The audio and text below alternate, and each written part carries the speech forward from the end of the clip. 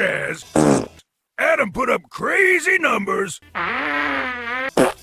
Tyler lost again, Glenn beats Wes, and I could eat a cow. It's Dirty Tea in the Boys' time. It's nearing time to roll the credits, but the real movie hasn't even started. You've given up, you have much to play, and now I fear you've given up. It's not your fault. Hello, folks, and welcome to yet another week. We are in week 10, reviewing week 9. Some trades. The trade deadline for the NFL is over. The trade deadline for fantasy, I believe, is November 28th or something like that. It's in a couple of weeks. I'll let you know. Let's go over this real quick. We got the new mayor of New York, Mr. Zoran Mamdani, whatever his name is. He is an open socialist, aka communist. He's going to tax the billionaires and people who make over $400,000 a year or something like that. He is also trying to have a grocery store that is completely paid for by the city. So he's going to have free food for everyone in New York or something like that. I don't know. We'll see what kind of train wreck that's going to be. The guy's a nutcase and he's Muslim, which is, I mean, pretty nuts. Whatever. It's just NFL show, whatever. Ron DeSantis here, put him on there because he is trying to front a bill that will put a tariff on anybody that's moving from New York to Florida, which I think is a great idea because we don't want them. We got enough people here, enough crazies. People in New York are crazy, especially if you're still there. You're crazy. Jacoby Myers, officially a Jaguar. His number will be number 3, I believe, but this is the only picture I could, well, not the only one, but it was a pretty cool picture of him in the retro Jaguar jerseys. And you got the other guys that were traded. Sauce Gardner has gone to the Colts, and Rashid Shaheed has gone to the Seahawks.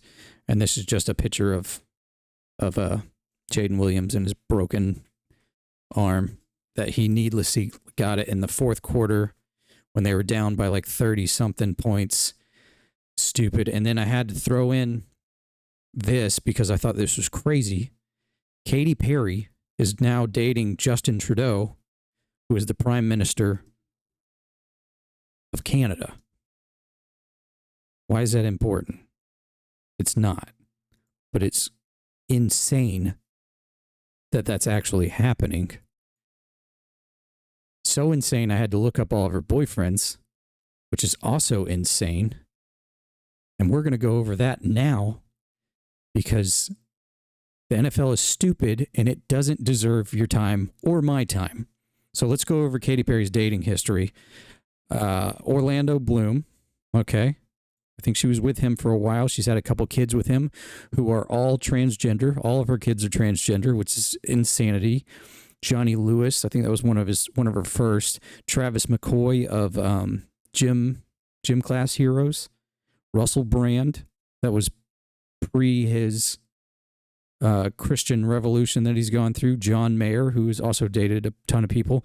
Diplo, and the crazy thing about Diplo is also now claiming that he dated Justin Trudeau. Okay, Robert Aykroyd, not sure if that's any relations to Dan Aykroyd. I think he's like who's he play for?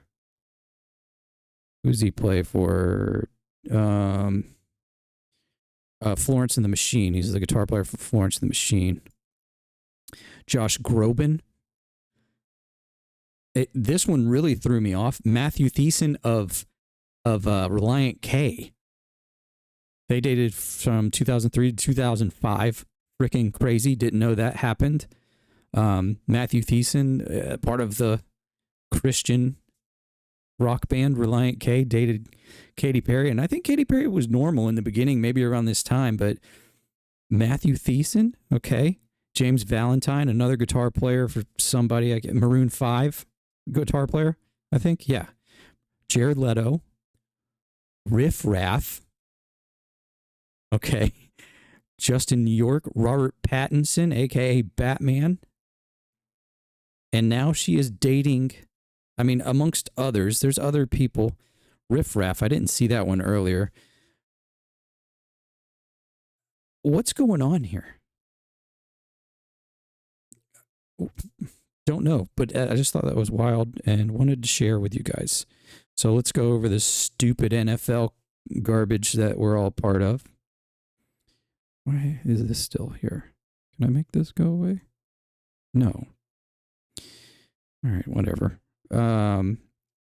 Adam put up 183 points, mostly due to Christian McCaffrey with 34 points, Chase Brown with 19, Jackson Smith and Jigba with 22 points, Michael Pittman with 20 points, and then you've got this jackwagon, Brock Bowers, who put up 43 points for a tight end post tight end weekend. And in the tight end weekend, they had a bye on the tight end weekend, so he had to make up for that and double his points. 12 receptions, 127 yards, 3 touchdowns. And he even they handed him the ball as if he was a running back or a jet sweep kind of situation. Stupid. Yeah, so Adam claimed he was going to get 200 points. He got 183. Still pretty good. Obviously, that is the highest of the year. I put up 125 points, which wasn't bad, but not enough that nobody could compete with that. So that throws Adam into first place. Good job, Adam. This nightmare, 127 to 118. Darren is on a winning streak. He's at 6th place still, but the guy played Tyjae Spears again when he could have played Kyron Williams. Darren, put Kyron Williams in, for crying out loud. Actually, don't listen to me. I don't know what I'm talking about. He ended up beating Chris, who is now in 9th place. Chris claiming that he is done with fantasy football. I don't think he is. He's still making moves. He played Bam Knight, who had the opportunity to get a couple touchdowns, and he just did not get it. So there was a moment there where I thought Chris was going to come back, but he didn't. He's losing his mind. He's on a bunch of medication, and it doesn't seem to be helping, but I'm going to do what I have to do. I'm not big on medication, but, I can't just let my dog eat himself. Anyways, Darren got the win there. Another crazy win for him. Chaz, another loss for him. Another week where he doesn't break 100, and still somehow he's sitting in 4th place. Lynn, 2 weeks ago, I said, don't do something, be something. He's out here being something with 10 points from Patrick Mahomes. And T. Higgins with 33 points. I mean, kind of a fluke win, but good job, Lynn. He's sitting in 10th place, but he's got the opportunity to move up. Nick only breaking 100 points by 1.16 points. Corey putting up the lowest numbers of the season with 71 points. Alvin Kamara, 0.7 points. He played the Jaguars defense. Jaguars versus the Raiders was one of the craziest games I think I've seen. They're living up to that cardiac cat alias. Yeah. Nothing really here, huh? No. Who's got Rashid Shaheed? Anybody? Who cares? This was a big one. Glenn putting up big numbers too, up against Wes. Wes with only 111 points here. Who bit the bullet here? Nobody really. A lot of people not breaking 10 points. Lab McConkey with only 9. Kenneth with only 8. Over here, Ashton Jenny putting up 19.9 points. I heard that Ashton Genty was from Jacksonville, Florida. Is that right? I could have swore I saw him in the gym yesterday. Or it could have just been another buff black guy, but I was looking at him and I was like, that guy looks like a football player. And then today on Facebook, he got recommended to me as a friend request. And I was like, why would he be there? It turns out he's from Jacksonville, Florida, and I'm thinking maybe that was him in the gym visiting his hometown, and Facebook picked him up as being in my vicinity. I don't know. Useless information, right? Who cares? That was the week. Let's go to week 10 real quick. Who's still watching? Nobody? Oh, great. Cool. I love doing this. I love it. I love doing this for nobody. I'm going up against Wes, 10 points under his projection. Last time this is the first week of previous matchups. So our week 1, so you'll be going up against the person you went up in week 1. I lost that game 110 to 133.16.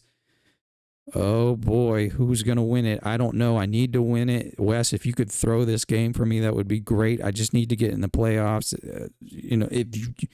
I am the commissioner. I feel like I should be in the playoffs, so I need to win the rest of the games.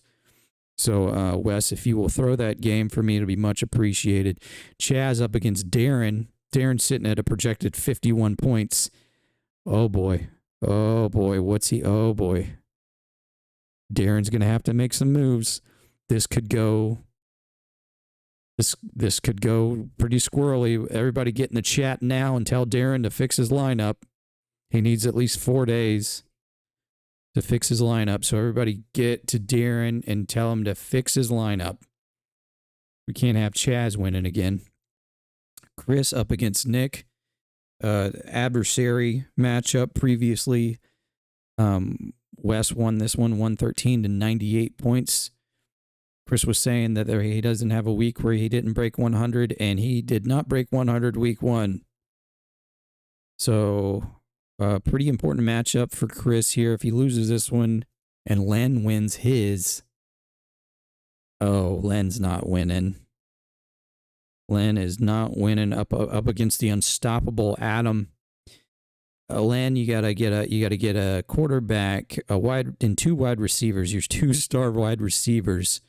Who do you got on your bench here? RJ Harvey, dude. I'm telling you. He's got Rashid Shaheed. I didn't even have to look that up. I wouldn't play him this week, obviously. You got Devontae Adams you can throw in there, and you got Matt Stafford. He's clear. I don't know if you're going to get Adam, but who knows? Glenn versus Corey. This is also a toss-up. Who knows? I think that's it. Let's look at the standings real quick, and let's sign off of this crap. Adam sitting in first, Glenn second, Wes third, Chaz fourth, Nick fifth, Darren sixth, Corey seventh, myself eighth, Chris and Len sitting in the back burners, just under warm. They're not even boiling. They're just under simmer, and there's nothing in that pot. It's just a low heat down there. And I think that's the show. So stay safe, stay smart.